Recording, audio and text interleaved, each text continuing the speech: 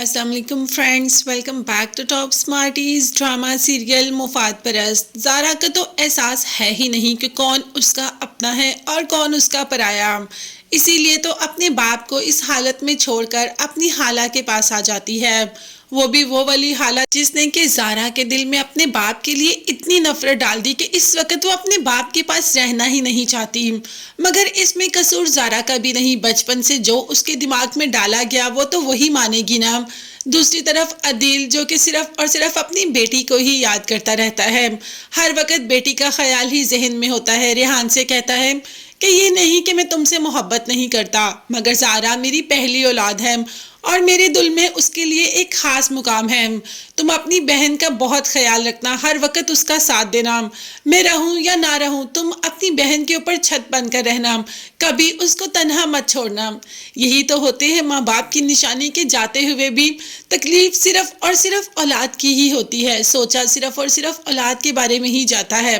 मगर दूसरी तरफ बात करें हालांकि, तो वो तो ज़ारा के बारे में सोचती ही नहीं। वो तो सिर्फ ये सोचती है कि कौन सा ऐसा काम हो या क्या हो कि जिससे ज़ारा को तकलीफ पहुंचाई जाए। अब भी अदील ने कहा कि अगर ज़ारा मुझसे अपना हिस्सा मांगेगी तो मैं उसको उसका हिस्सा ज़रूर दे दूंगा। तो बस अब तो आलिया इस काम पर लग जाती है, क्योंकि वो अदील के पास यही बात करने गई होती है कि ज़ारा को उसका हक दे दो। मगर अदील ये देने के लिए तैयार नहीं है। वो जानता है कि आलिया ज़ारा से सब कुछ ले लेगी और ज़ारा आलिया को सब कुछ दे भी देगी। इतना भरोसा करती है ज़ारा आलिया पर। खैर, आलिया ने अब ज़ारा का ब्रेन वॉश करना शुरू कर दिया इस बारे में और कह दिया कि मैं नहीं चाहती कि उस घर में तहरीम और रेहान के दोनों राज करें, और तुम भी तो उस घर की मालकिन हो। वो घर तुम्हारा भी है, मेरी बहन का घर है और तुम उसकी बेटी हो। इस हिसाब से तुम्हारा भी उस घर में हिस्सा बनता है। तुम ऐसे करो, अपने बाप से अपना हिस्सा लो। कोई ज़रूरत नहीं उस हिस्से को रेहान और तहरीन के लिए छोड़ने की। अब ज़ारा के दिमाग में ये बात पड़ ही जाती है। हाला किसी न किसी तरीके उसके दिमाग में ये बात डाल देती है कि उसे अपना हिस्सा लेना चाहिए। और वैसे भी ज़ारा को पैसों का तो कोई लालच है ही नहीं।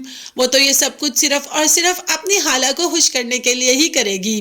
दूसरी तरफ रेहान जब यूनिवर्सिटी आता है तो ज़ारा से बात करता है कि मैं समझता था कि आप बहुत समझदार हैं, मगर आपको तो रिश्तों की पहचान ही नहीं। जो आपसे मोहब्बत करते हैं वो आपकी नज़र में कुछ नहीं, और जो कुछ नहीं आपका बुरा चाहते हैं वो उनसे आप मोहब्बत करती हैं। खैर, बात करें अगर हम मेहरू की, मेहरू के लिए तो सलमान इतनी बड़ी गाड़ी लेकर आता है को आउटिंग पर लेकर जाने के लिए। मेहरू ने कहा ये गाड़ी किसकी है, तो सलमान ने कह दिया कि अपने दोस्त से लेकर आया हूँ, सिर्फ और सिर्फ तुम्हारे लिए। अब मेहरू तो बहुत खुश होती है, ऐसे खुश हो रही है जैसे ऐसी गाड़ी कभी देखी ही नहीं। मेहरू के पास तो इससे बड़ी गाड़ी है, मगर अब उससे सलमान से मोहब्बत है तो सलमान की चीज़ों से भी मोहब्बत करेगी। सलमान को कह देती है कि सलमान वापसी पे गाड़ी तेज़ चलाओ। सलमान ने कहा कि भाई ये किसी की गाड़ी है, इतनी तेज़ नहीं चला सकता, मगर मेहरू ने तो जिद की कि नहीं तेज़ ही चलाओ। तो बस आगे जाकर गाड़ी ब्रेक फेल हो जाती है और अच्छा खासा नुकसान हो जाएगा, मेहरू का भी और गाड़ी का भी। देखते हैं अब इस बारे में सबको पता चलेगा कि मेहरू उस वक्त किसके साथ थी और क्यों। ये देखने के लिए चैनल को सब्सक्राइब कीजिएगा। नेक्स्ट वीडियोस तक के लिए अल्लाह हाफिज।